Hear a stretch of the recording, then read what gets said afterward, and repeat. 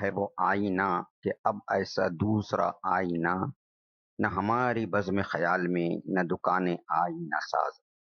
اس وقت محمد صلی اللہ علیہ وسلم کی اٹھتی ہوئی جوانی تھی، حسن و دلکشی بلا کی تھی، گورا گورا رنگ ملاحت لیے ہوئے، مسکراتا ہوا نورانی چہرہ، ہلکی گولائی لیے ہوئے، قد درمیانہ، نہ تو پستہ قد اور نہ بہت زیادہ لامبے، بڑا سر جس پر سیاہ سیاہ گھنے بال، ہلکے گھنگریالے، چوڑی پیشانی جس سے غیر معمولی عظمت ٹپکتی، باریک باریک بھامیں ایک دوسرے سے جدا، کچھ خمدار اور بھری ہوئی، انتہائی خوشنما، دراز پلکیں، سیاہ و سرمگی آنکھیں، چوڑائی لیے ہوئے، سفیدی میں ہلکی ہلکی سرخی جو آنکھوں کی کشش میں غیر معمولی اضافہ کر رہی ہوتی، پھر نگاہوں میں شرم و حیا کی گھلاوٹ اور دیکھنے کا انتہائی معصومانہ اور دلکش انداز، ناک کچھ اونچی اور ستواں، سامنے کے دانتوں میں ہلکی ہلکی ریخیں، گفتگو فرماتے تو موتی کی طرح چمکتے،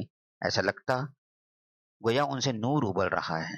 چہرے پر بھری ہوئی گھنی داڑھی، خوبصورت سی اونچی گردن، سینہ کشادہ، مونڈھوں کا درمیانی فاصلہ عام پیمانے سے کچھ زیادہ، چوڑی چوڑی کلائیاں، ہتھیلیاں فراخ اور نرم گداز، انگلیاں موزوں حد تک دراز، ہلکی ہلکی سوتی ہوئی پنڈلیاں، ایڑیوں پر برائے نام گوشت، تلوے ذرا گہرے، چلتے تو قوت کے ساتھ، ذرا آگے کو جھک کر قدم جما کر رکھتے، رفتار بہت تیز ہوتی، معلوم ہوتا نشیب میں اتر رہے ہیں، چہرہ غور و فکر میں ڈوبا رہتا اور نگاہوں میں پاکیزہ خیالات اور بلند جذبات چمکتے ہوتے، دیکھنے والا پہلی ہی نظر میں مرعوب ہو جاتا۔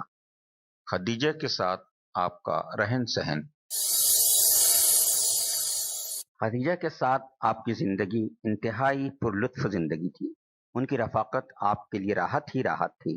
وہ ایک نہایت ہوشیار، تجربے کار اور سمجھدار خاتون تھیں۔ انہوں نے آپ کی طبیعت اور مزاج کو، آپ کی پسند اور ناپسند کو خوب پہچان لیا اور ہمیشہ اس کا خیال رکھا۔ آپ کے جذبات اور رجحانات کو، آپ کی امنگوں اور دلچسپیوں کو اچھی طرح سمجھ لیا۔ ان کے سلسلے میں آپ کے ساتھ پورا پورا تعاون کیا، ہر طرح سے سہولتیں پہنچانے کے لیے کمر بستہ رہیں۔ آپ کے رجحانات کیا تھے؟ سچ بولنا، ہر کام ایمانداری سے کرنا، ہنگاموں سے دور رہنا، شور و غل کی محفلوں سے پرہیز کرنا اور تنہائی میں بیٹھ کر غور و فکر کرنا۔ خدیجہ نے ان ساری باتوں کا خیال رکھا، چنانچہ آپ کے معمولات میں کوئی فرق نہیں آیا۔ آپ اب بھی اسی طرح وسیع اور روح پرور فضاؤں میں نکل جاتے۔ اب بکریوں کی رکھوالی بھی نہ کرنی ہوتی، اس لیے اور زیادہ یکسوئی اور دل جمعی رہتی۔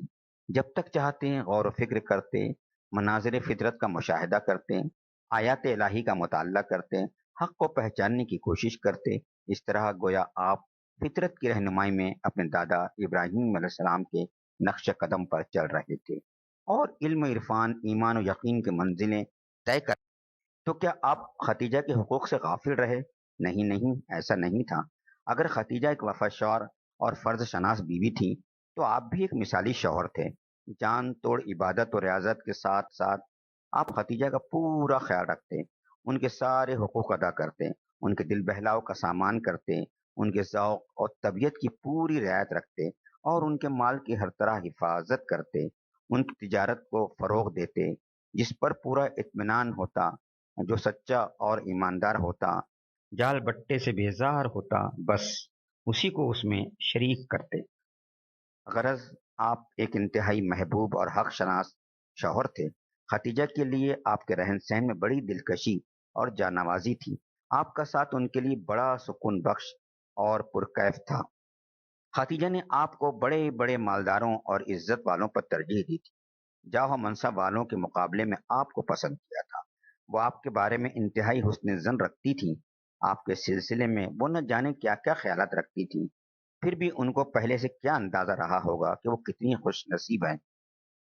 تھے تو آپ تنہائی پسند، لیکن لوگوں سے میل جول بھی رکھتے، ان کے معاملات میں دلچسپی بھی لیتے، ان کی باتوں کو بہت غور سے سنتے، اکثر چپ رہتے، بے ضرورت کبھی نہ بولتے، نہ کسی بات میں لوگوں سے الجھتے، جو بات بھی کہتے بہت ہی مختصر اور کام کی کہتے، اس میں بھی ظرافت ہوتی، ظرافت میں بھی لطافت ہوتی، چہرہ مسکراتا ہوا، دیکھنے میں بہت دلکش اور بھلا لگتا، بات کرنے والا گرویدہ ہو جاتا، یہی مسکراہٹ کبھی کبھی ہنسی میں تبدیل ہو جاتی۔